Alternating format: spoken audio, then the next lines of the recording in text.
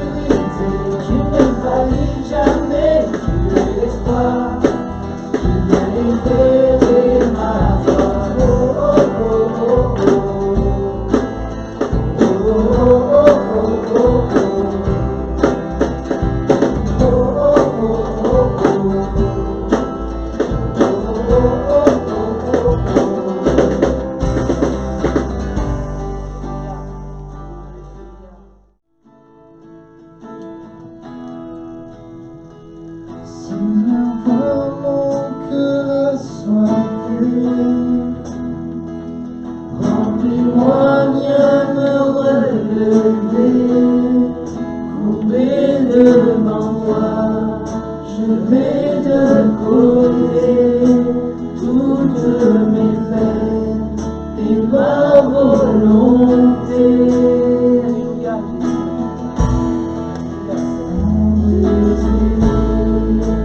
Tout mon bien, c'est d'être près de toi, être près de toi. Me voici à tes pieds pour être près de toi, être près de toi. J'ai cherché au fond de mon âme, mais je n'y trouve aucune offrande. Mais tu dis que ma foi se trouve là-dedans. Je veux connaître et voir ta splendeur. Tout mon bien, c'est d'être près de toi, être près de toi. Me voici à tes pieds pour être près de toi, être près de toi. Tout mon bien, c'est d'être près de toi, être près de toi. Me voici à tes pieds pour être près de toi, être près de toi. Tu ouvres le chemin, ô Sauveur, je suis à toi, mon roi. Tu ouvres le chemin, ô Sauveur, je suis à toi, mon roi. Je suis à toi, mon roi.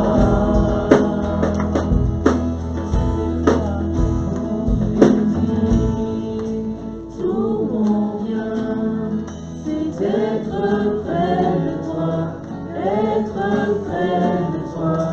Me voici à tes pieds pour être près de toi, être près de toi.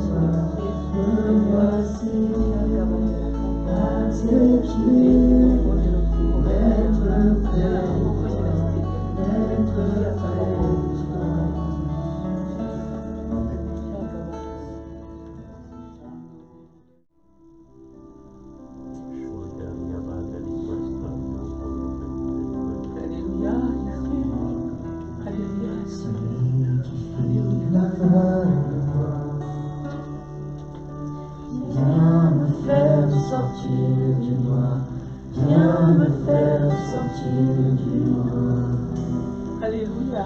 Celui qui rend le sourd, fait taire mes peurs par son amour, fait taire mes peurs par son amour.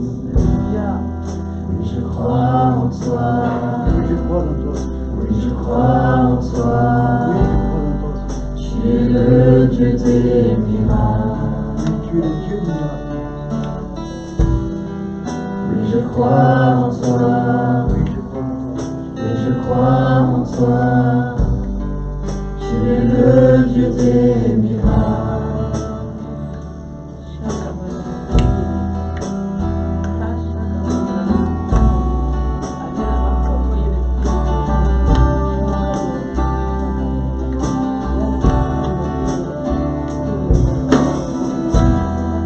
Celui qui sait faire l'impossible, me forme pour me rendre invincible, me forme pour me rendre invincible. Celui qui a vaincu la mort, écoulez sa vie dans mon corps, écoulez sa vie dans mon corps. Oui, je crois en toi. Oui, je crois en toi. Tu es le Dieu des miracles. Oui, je crois en toi. Oui, je crois en toi.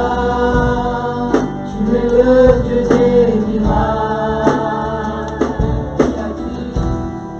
Oui, je crois en toi. Oui, je crois en toi. Tu es le Dieu des miracles. Oui, je crois en toi. Oui, je crois en toi. Tu es le Dieu des miracles.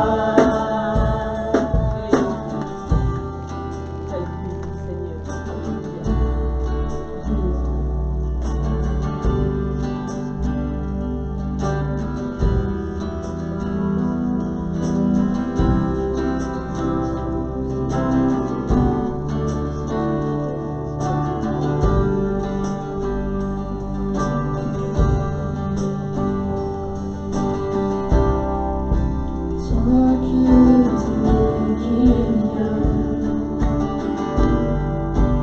la puissance est dans ta main. Tu ramènes à la vie, tu es le Dieu des miracles, tu es le Dieu des miracles. Toi qui étais, qui viens, la puissance est dans ta main. Tu m'amènes à la vie. Tu es le Dieu des miracles. Tu es le Dieu des miracles. Oui, je crois en toi. Oui, je crois en toi. Tu es le Dieu des miracles. Oui, je crois en toi. Oui, je crois en toi. Tu es le Dieu des miracles. Oui, je crois en toi. Oui, je crois en toi. Tu es le Dieu des miracles. Oui, je crois en toi. Oui, je crois en toi. Tu es le Dieu des miracles.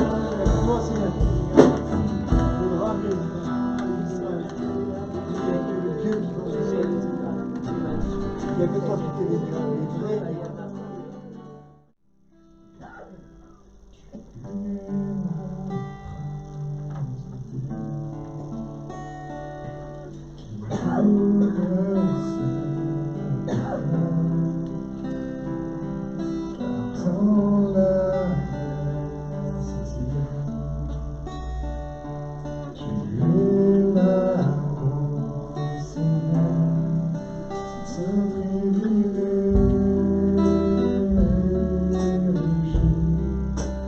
De demeurer là.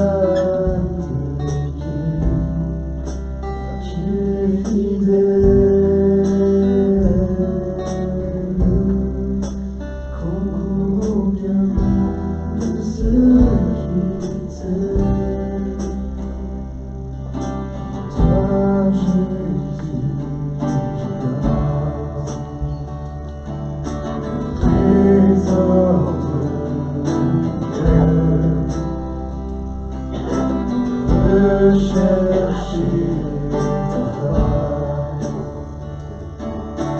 Mon plus grand bonheur, c'est un privilège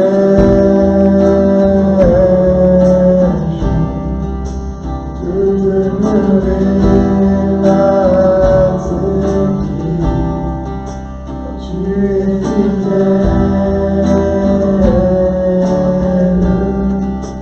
comprends bien de ce qui t'aime. Je veux t'attendre, ceux qui me cherchent, devant te louer. Car mon cœur est un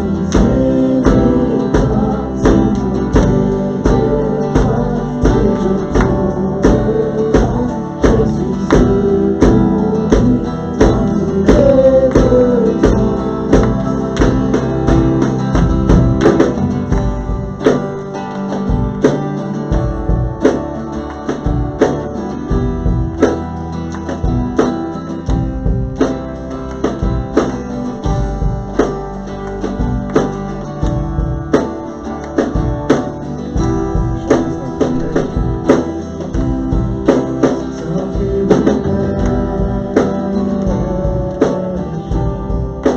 de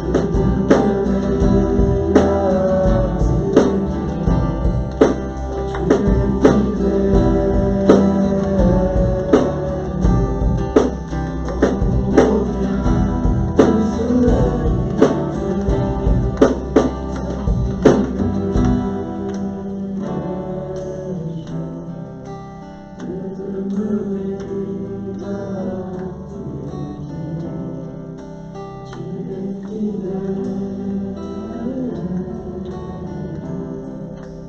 comprends bien ceux qui t'aiment.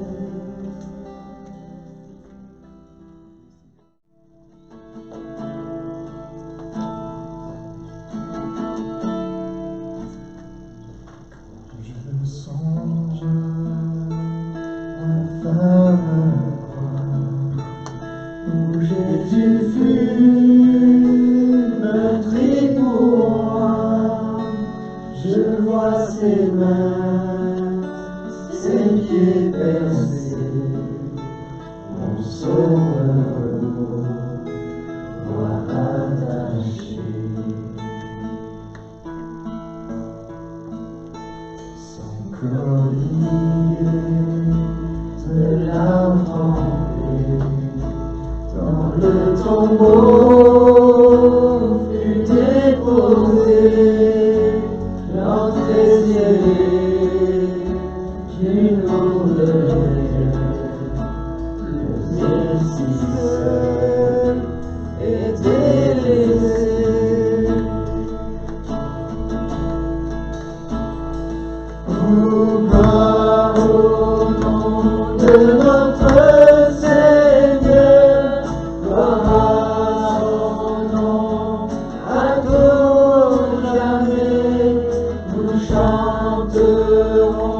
sans fin tes louanges, ô gloire à toi, ô Dieu.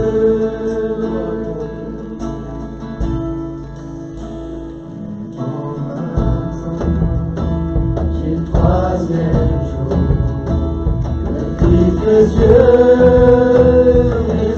ressuscité, la mort n'est plus, elle est vaincue, les anges acclament, Christ notre roi.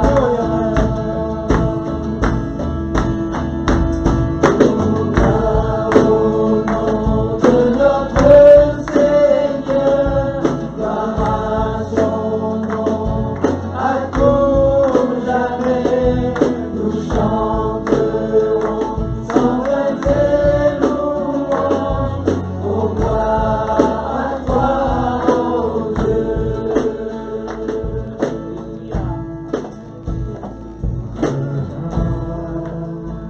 De blanc vêtu, bercé la nuit, notre Jésus, et je serai parmi les saints, captivé par sa gloire sans fin.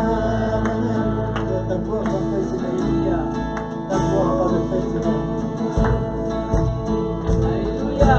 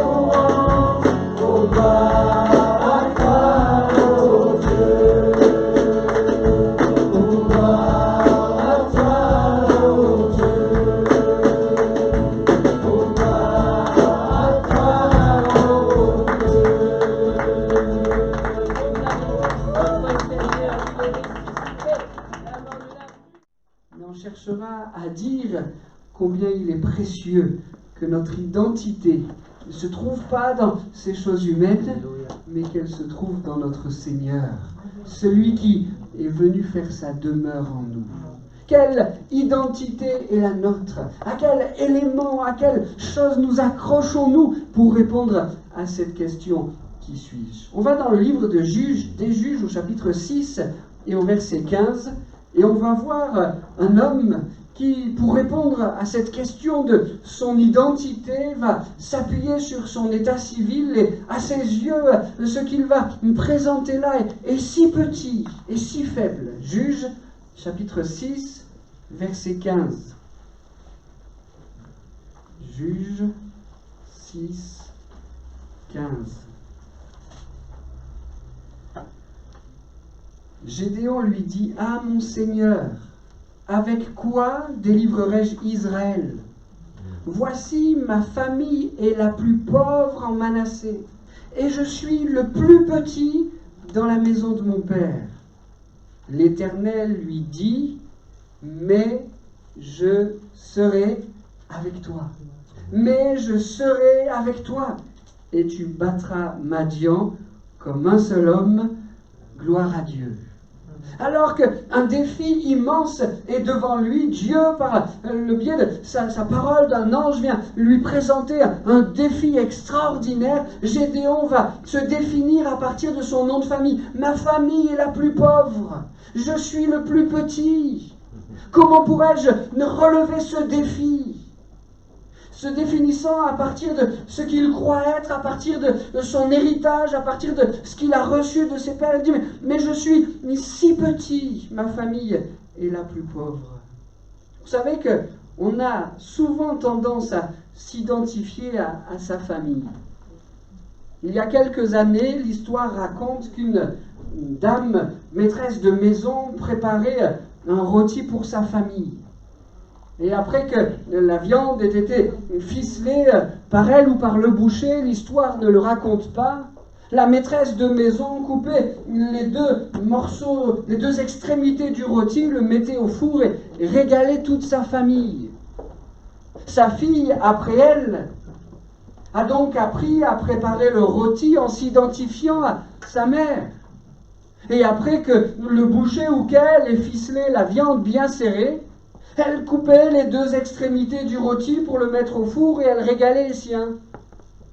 La petite fille, à son tour, a appris à préparer le rôti.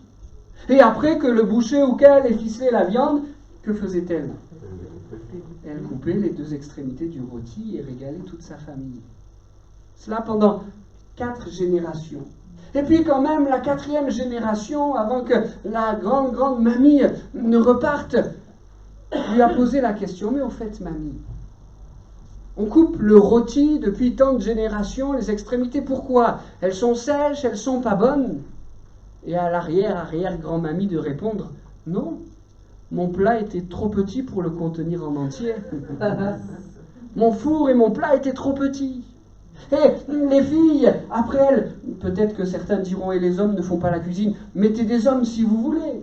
Des filles, après elles, préparant ce rôti, avaient des fours plus grands, avaient des plats plus grands. Mais parce que grand-mamie faisait comme ça, parce qu'on m'a appris à faire comme ça, je fais comme cela. On a quelques héritages ainsi. On limite notre identité à ce qu'on a vu chez nous. Je suis timide parce que chez moi on aime la discrétion. Ou bien je me fabrique, je me façonne en opposition avec ce que j'ai vu chez moi. Je suis laxiste parce que mon père est autoritaire. On s'identifie à partir de son état civil, à partir de sa famille, dans ce récit. Alors que Gédéon fait cela, je suis le plus petit, la plus petite des familles, le plus pauvre en Manassé. Dieu va renverser la situation. Mais je serai avec toi et tu battras Madian comme un seul homme. Dieu apprend à Gédéon que sa force pour délivrer Israël de l'oppresseur ne dépend pas de la puissance de sa famille, ne dépend pas de son état civil, mais que cela dépend du fait que Dieu est avec lui. Alléluia. Bien-aimé, tu veux faire pour Dieu de grandes choses.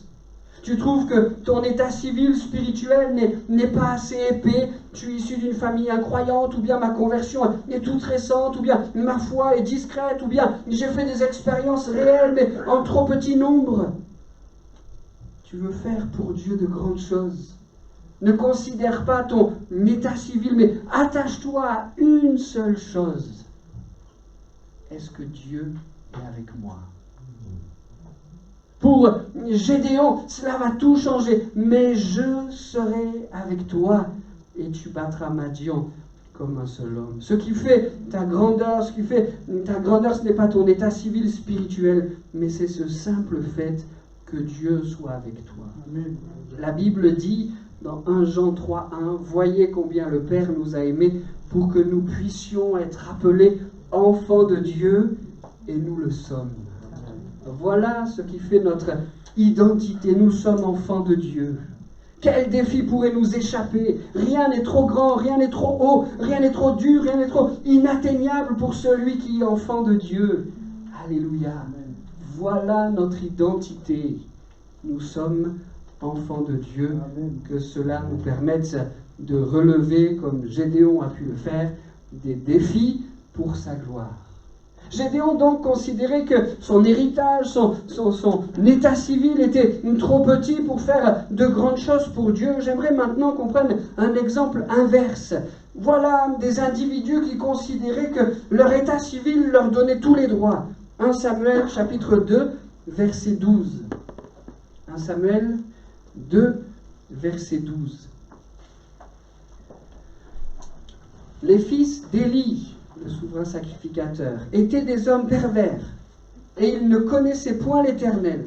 Et voici quelle était la manière d'agir de ces sacrificateurs à l'égard du peuple. Lorsque quelqu'un offrait un sacrifice, le serviteur du sacrificateur arrivait au moment où l'on faisait cuire la chair, tenant à la main une fourchette à 3 dents. Il piquait dans la chaudière, dans le chaudron, dans la marmite ou dans le pot, et tout ce que la fourchette amenait, le sacrificateur le prenait pour lui. C'est ainsi qu'ils agissaient à l'égard de tous ceux d'Israël qui venaient là à Silo. Voilà que ces gens étaient fils d'eux. Fils du souverain sacrificateur. Leur état civil était prestigieux. Tout d'abord, israélites, membres du peuple de Dieu. Deuxièmement, issus de la famille de Lévi, ceux qui, à l'intérieur du peuple mis à part pour Dieu, étaient elles aussi mis à part. Le peuple était mis à part et à l'intérieur de ce peuple, une famille tout entière était mise à part pour le service de Dieu. La famille de Lévi, ils faisaient partie de cette famille.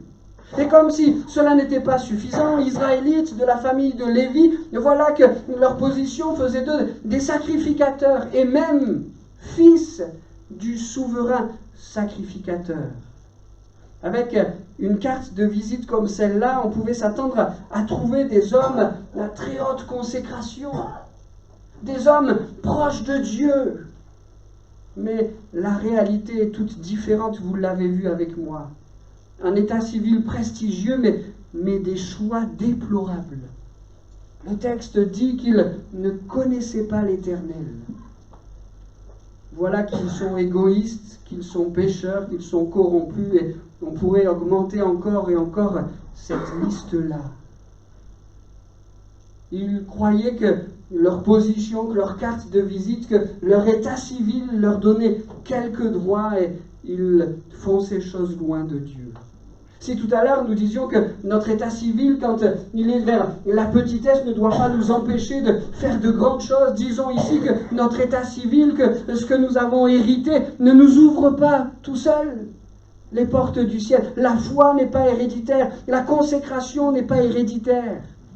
La foi de nos parents, les prières de notre pasteur, même les promesses de Dieu ne peuvent rien. C'est dur ce que je dis, hein? Même les promesses de Dieu ne peuvent rien si elles ne deviennent pas les nôtres. Si on ne se les approprie pas, si on ne les croit pas vraies pour nous. On peut vivre notre vie en étant loin de Dieu, loin des promesses de Dieu, en faisant des choix qui chaque jour nous éloignent un peu plus de la réalisation des promesses de Dieu. Notre identité réside bien davantage dans nos choix personnels que sur une carte de visite. Je suis fils, fille de un tel ou une telle. Ne compte pas sur la foi des autres, mais toi, choisis de croire. Ne compte pas, n'attends pas simplement que les autres prient, mais toi, choisis de prier. Lis pas simplement les promesses de Dieu, mais choisis de les attendre dans la foi. Seigneur, merci pour les choix que tu nous proposes de faire. Ce n'est pas l'hérédité qui sauve, mais c'est nos choix. Je l'ai appris à mes dépens il y a quelques années de cela, vous le savez, je suis né dans une famille chrétienne, mes parents ont servi le Seigneur toute leur vie, j'ai vu très jeune dans leur vie, leur foi à l'œuvre et des miracles s'opérer par la puissance de Dieu dans leur vie, dans leur quotidien, mais il m'a fallu un jour que je plie les genoux devant le Seigneur et que leur foi devienne la mienne. Non par transmission automatique, mais par choix véritable. Seigneur, je m'abandonne à toi. Je t'ouvre mon cœur. Viens me pardonner et viens me sauver. On peut alors trouver notre identité, et on a été mis en garde contre cela dans notre état civil. Plutôt cherchons-le dans le fait que Dieu est avec nous, plutôt cherchons-le en faisant des choix qui pourront nous porter. Nous pouvons aussi, l'humanité souvent construit son identité à partir de ses victoires ou de ses défaites. Si je suis victorieux, alors je suis quelqu'un et je trouve mon identité dans ces victoires. Et à l'inverse, si j'ai à connaître quelques défaites, alors je ne suis plus rien. Regardez comment Saül a choisi de bâtir son identité sur ses réussites. ça marche bien pour lui, tant que les victoires sont au rendez-vous, tant que Saül réussit, tout va bien. Mais que se passe-t-il quand David va aussi bien réussir que lui et peut-être un peu mieux? 1 Samuel 18,5, je le lis pour vous. David allait et réussissait partout où l'envoyait Saül. Il fut mis par Saül à la tête des gens de guerre et il plaisait à tout le peuple, même aux serviteurs de Saül. Comme il revenait lors du retour de David, après qu'il eut tué le Philistin, les femmes sorties de toutes les villes d'Israël au-devant du roi Saül, en chantant et en dansant au son des tambourins et des triangles et en poussant des cris de joie. Les femmes qui chantaient se répondaient les unes aux autres et disaient « Saül a frappé ses 1000 et David ses 10 000. » Saül fut très irrité et cela lui déplut. Il dit « On en donne 10 000 à David et c'est à moi que l'on donne les 1000. Il ne lui manque plus que la royauté. » Et Saül regarda David d'un mauvais œil à partir de ce jour et dans la suite. Quand David a commencé à mieux réussir que Saül, la jalousie, l'orgueil sont venus s'installer dans le cœur du souverain. Je veux retenir que pendant cette transition de royauté, Dieu va apprendre au peuple d'Israël une vérité tellement précieuse, tellement importante. L'homme regarde à ce qui frappe les yeux, mais Dieu regarde au cœur. Ne construisons pas notre identité avec quelques réussites que Dieu nous permet, mais que notre identité soit construite à partir de ce qu'il y a dans nos cœurs. Ce n'est pas ce que je gagne qui fait de moi ce que je suis, mais c'est ce qu'il y a là. Seigneur, aide-moi à bien soigner mon cœur. Aide-moi à bien soigner ma relation avec toi. C'est cela ce qui fera mon identité spirituelle. Seigneur, je veux prendre soin de mon cœur. Nos victoires ne font pas de nous ce que nous sommes, mais c'est notre cœur qui le fait. Alors Seigneur, prends mon cœur. Prends-le tout entier. Dépose-y des sentiments selon le tien de cœur. Fais de grandes et de belles choses en moi. Si notre monde cherche à nous faire croire que notre identité peut se trouver dans nos victoires, que se passe-t-il alors quand nous avons à connaître l'échec?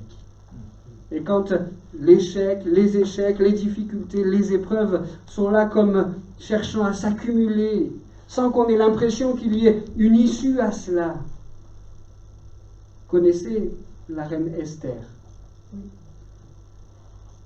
Si on cherche à faire un peu le bilan du début de sa vie, il semble qu'elle ne soit constituée que de moments difficiles, que d'échecs.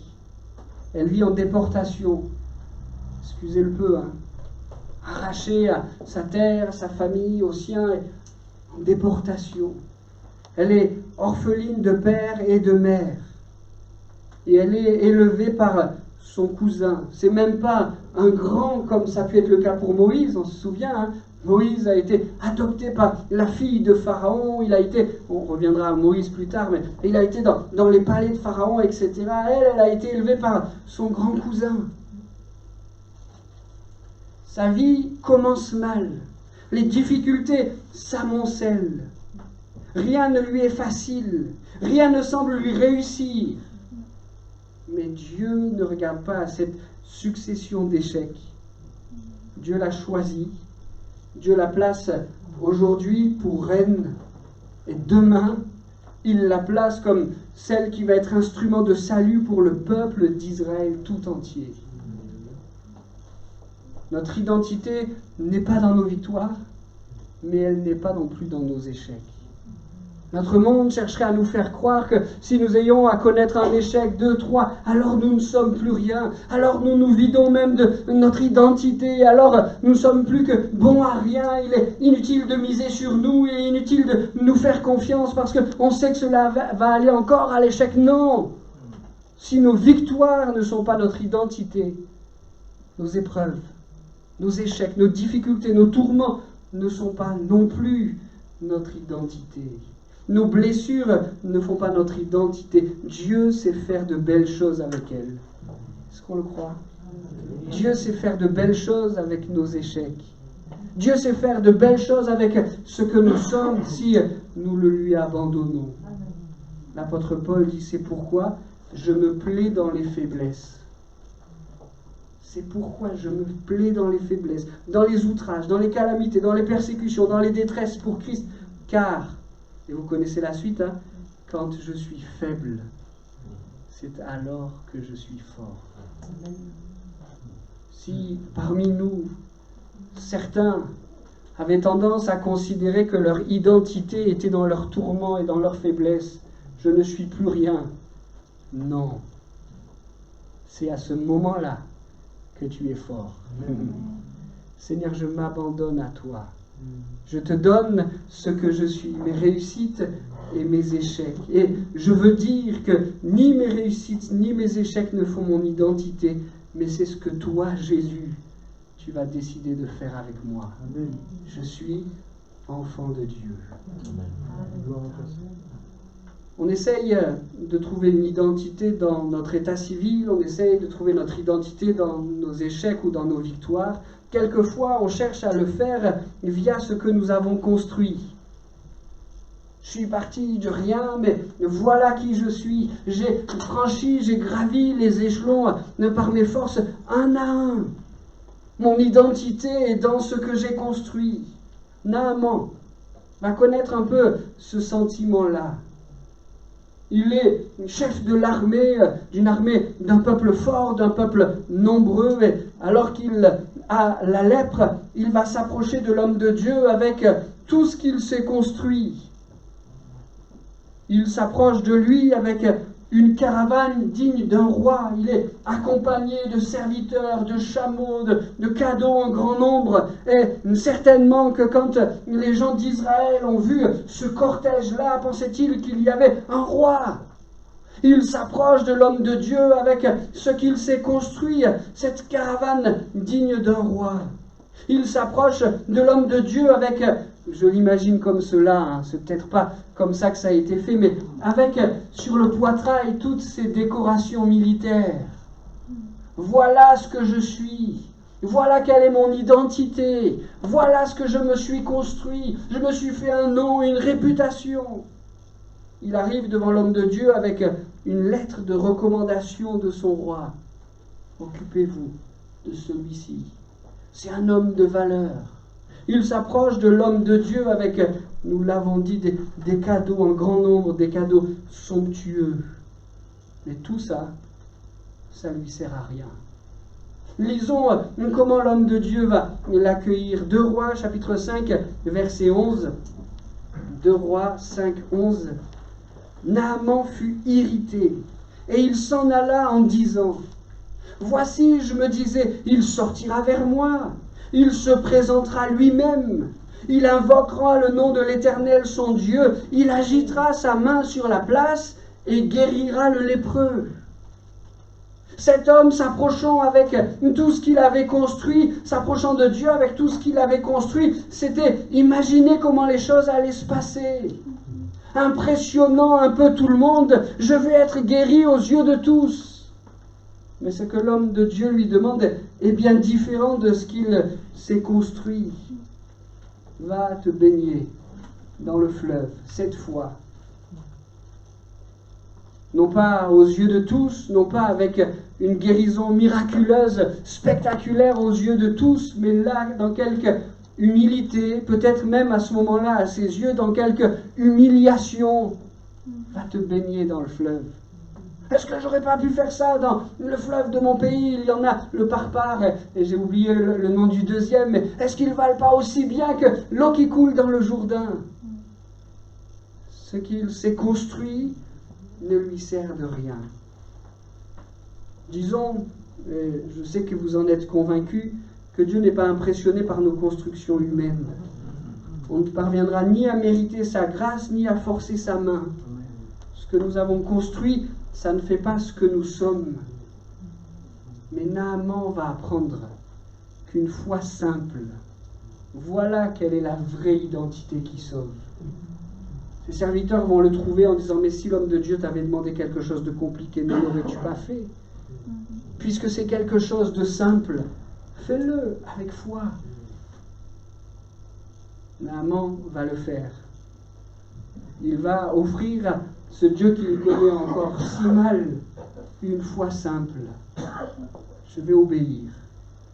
Je vais me plonger dans ce fleuve et je vais m'attendre à ton intervention.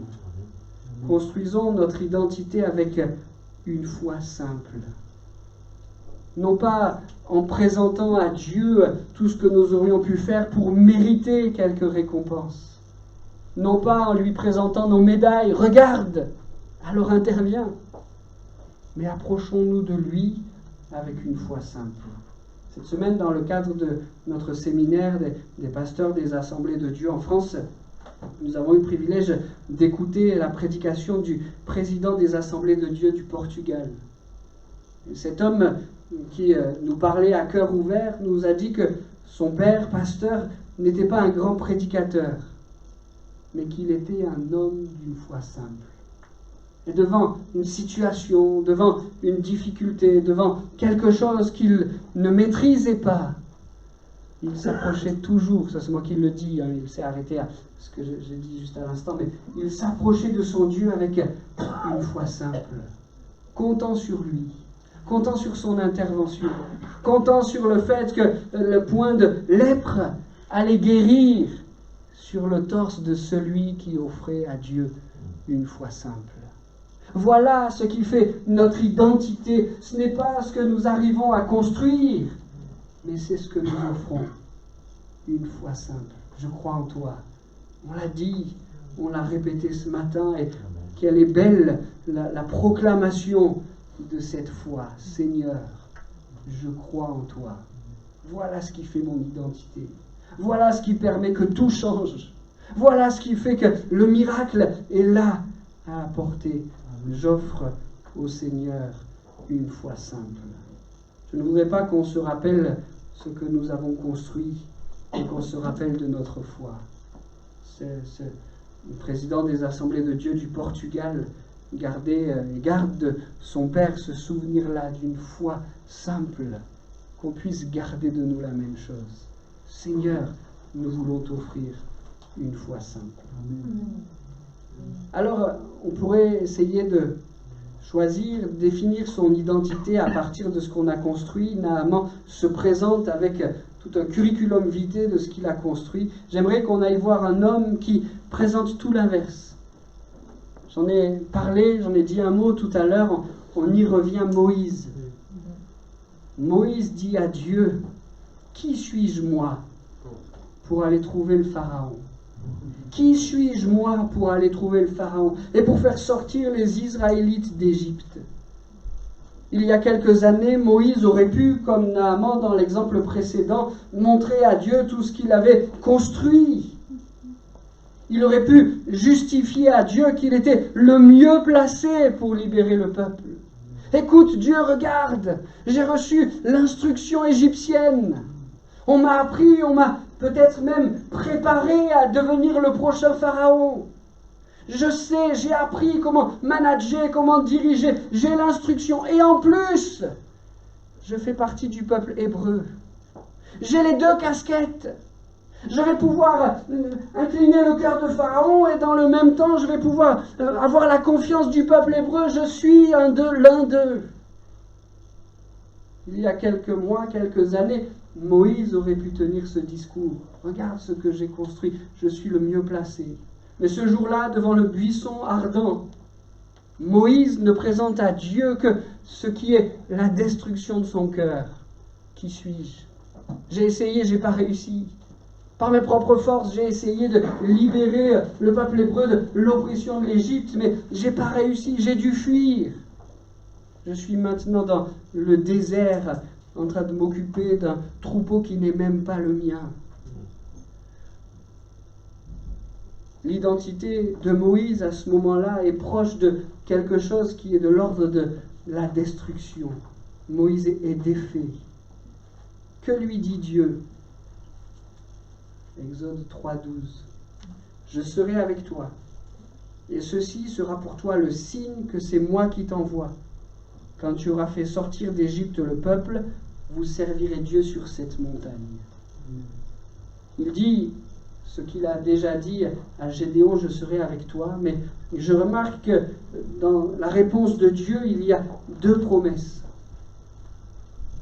Moïse dit, mais qui suis-je? Ce que j'ai construit, c'est que destruction, je n'ai pas réussi, je ne peux pas. Et Dieu dit, je serai avec toi et vous servirez sur cette montagne. Dieu dit à son serviteur, Dieu donne à son serviteur deux promesses. Même détruit, notre identité ne change pas, car ses promesses pour nous ne changent pas. Et Moïse va pouvoir s'attacher aux promesses de Dieu.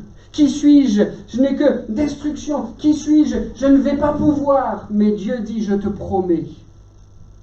Notre identité doit trouver sa source dans les promesses de Dieu, dans ce Dieu qui ne change pas, dans ce Dieu qui est toujours le même.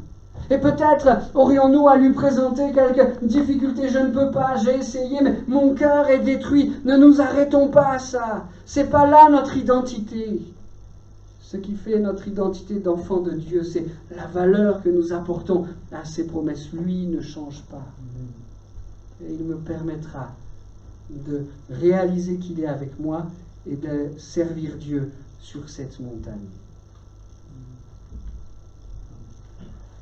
Je regarde l'heure et je réalise qu'il faut que j'accélère.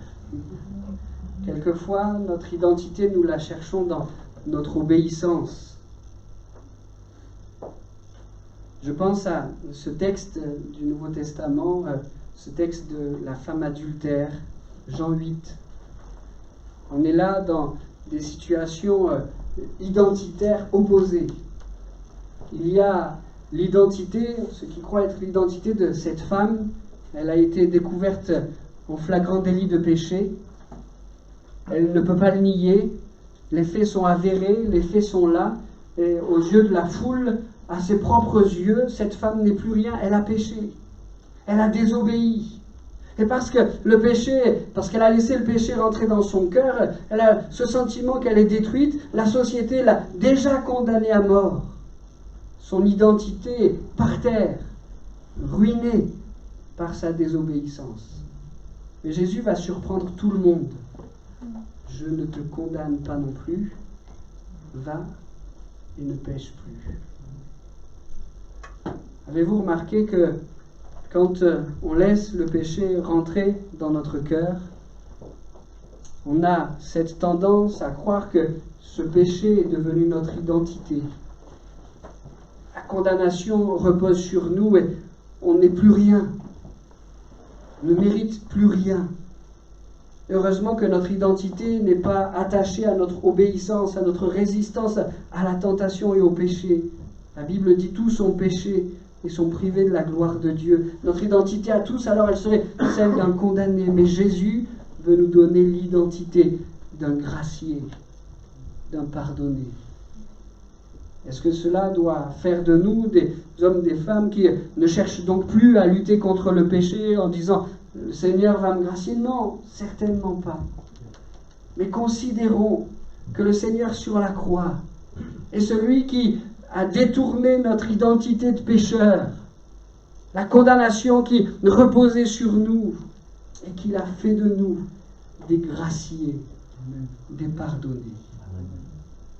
Il y a dans ce texte-là la réaction inverse.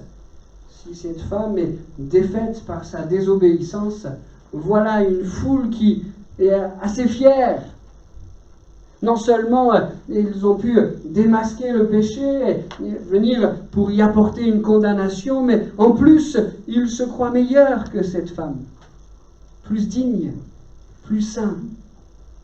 La réponse de Jésus va être là aussi un enseignement. Comme il continuait à l'interroger, il se releva et leur dit « Que celui de vous qui est sans péché jette le premier la pierre contre elle. » Et s'étant de nouveau baissé, il écrivait sur la terre. Quand ils entendirent cela, accusés par leur conscience, ils se retirèrent un à un, depuis les plus âgés jusqu'au dernier. Et Jésus resta seul avec la femme qui était là au milieu.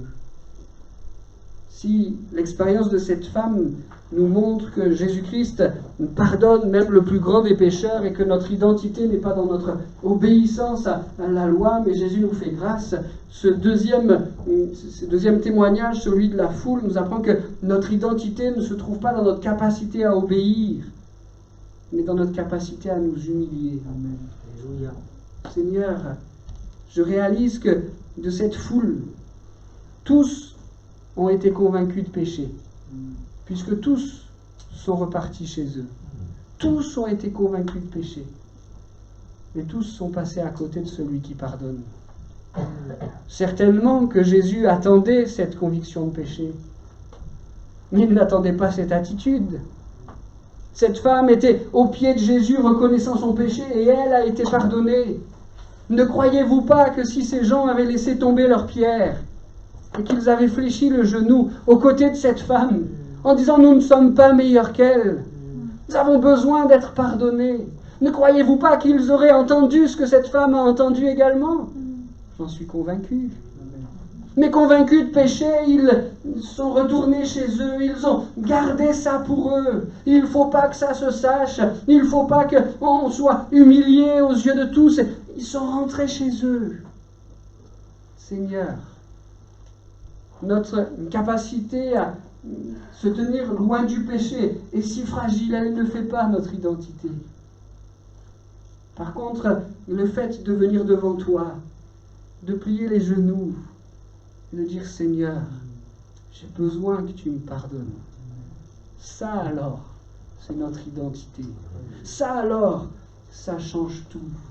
Cette foule était au pied de celui qui pardonne et ils sont partis condamnés. Que ce soit le cas de personne ce matin. Seigneur, on s'approche de toi. Seigneur, par ton esprit, tu convaincs nos cœurs. Nous voulons fléchir les genoux devant toi. Pour recevoir, il n'y a que toi qui peux le donner, cette identité du gracié, du pardonné. Et puis, je veux terminer rapidement avec cette dernière chose derrière laquelle on pourrait se cacher pour faire notre identité, notre savoir. Je sais. Saul de Tarse savait. Il avait été instruit au pied de Gamaliel, il avait reçu la connaissance de la Torah, la connaissance de la loi de Dieu, la connaissance des préceptes, il avait appris à se plonger dans la parole, à non seulement la connaître, mais à la comprendre, pensait-il, à justement l'analyser, pensait-il, il savait. Et pourtant, sur le chemin de Damas, il va rencontrer Jésus et la seule parole qu'il y aura dans sa bouche, c'est « Qui es-tu » Il était plein de savoir, mais il ne connaissait pas. Il était plein de savoir, mais il ne connaissait pas. Il n'avait pas rencontré le Fils de Dieu. Ici, il le découvre. Le savoir ne fait pas qui nous sommes, mais la connaissance, si. Connaissons Jésus un peu mieux. Connaissons Dieu. Rencontrons-le chaque jour un peu mieux, un peu plus. Voilà quelle sera notre identité. Ne venons pas à l'Église, ne lisons pas notre Bible pour avoir un peu plus de savoir, mais pour mieux le connaître, pour plus le découvrir, pour mieux le rencontrer.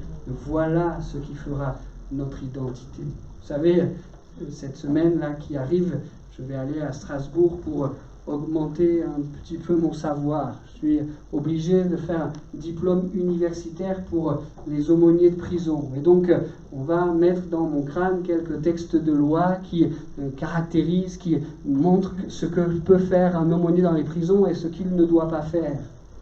Ça ne va pas changer mon identité. Ces quelques savoirs ne vont pas changer mon identité. Mais par contre, le temps que je passerai, le temps que nous passerons au pied du Maître, pour mieux le connaître. Voilà ce qui fait notre identité. Amen. Seigneur, merci. Merci de ce que nous pouvons trouver notre identité en toi. Merci de ce que tu es celui qui met dans notre cœur les choses véritables, qui nous forment, qui nous façonnent pour ta gloire. Aide-nous à ne pas chercher notre identité dans les choses de ce monde, nos réussites ou nos échecs, nos constructions ou les choses que nous avons malgré nous déconstruites, défaites. Seigneur, aide-nous à ne pas chercher notre identité dans quelque savoir tout humain, mais Seigneur, développe en nous ce qui fera vraiment ce que nous sommes. Nous l'avons dit, ces enfants de Dieu. Merci Seigneur pour cette identité nouvelle que tu as mise en nous. Nous avons besoin que tu fasses de nous ces hommes et ces femmes-là. Nous avons besoin de toi. Donne-nous de développer cette identité céleste pour que nous soyons chaque jour un peu plus à ta gloire. Amen. Amen. Je veux conclure cette pensée en faisant un lien avec le don spirituel qui a été donné tout à l'heure. Bartimée, le manteau qu'il portait sur ses épaules était un manteau qui pouvait justifier de son identité. Je ne sais pas si c'était les aveugles ou les mendiants qui devaient porter ce manteau-là, mais en tout cas, le manteau qu'il portait servait à identifier son handicap ou le fait qu'il était mendiant. Et alors que Jésus lui demande de s'approcher, il ne peut pas le faire avec son identité. Il enlève son manteau et il va au pied de Jésus. Et on connaît la suite, Jésus va agir puissamment dans sa vie. Abandonnons notre identité, celle de ce monde, celle qui nous retient, celle qui nous ramène à nos manques, celle qui nous ramène à nos faiblesses, celle qui nous ramène à notre condition de pécheur. Ôtons le manteau et courons chercher au pied du Maître ce qu'il voudra nous donner pour que nous ayons cette identité nouvelle. Amen. Amen.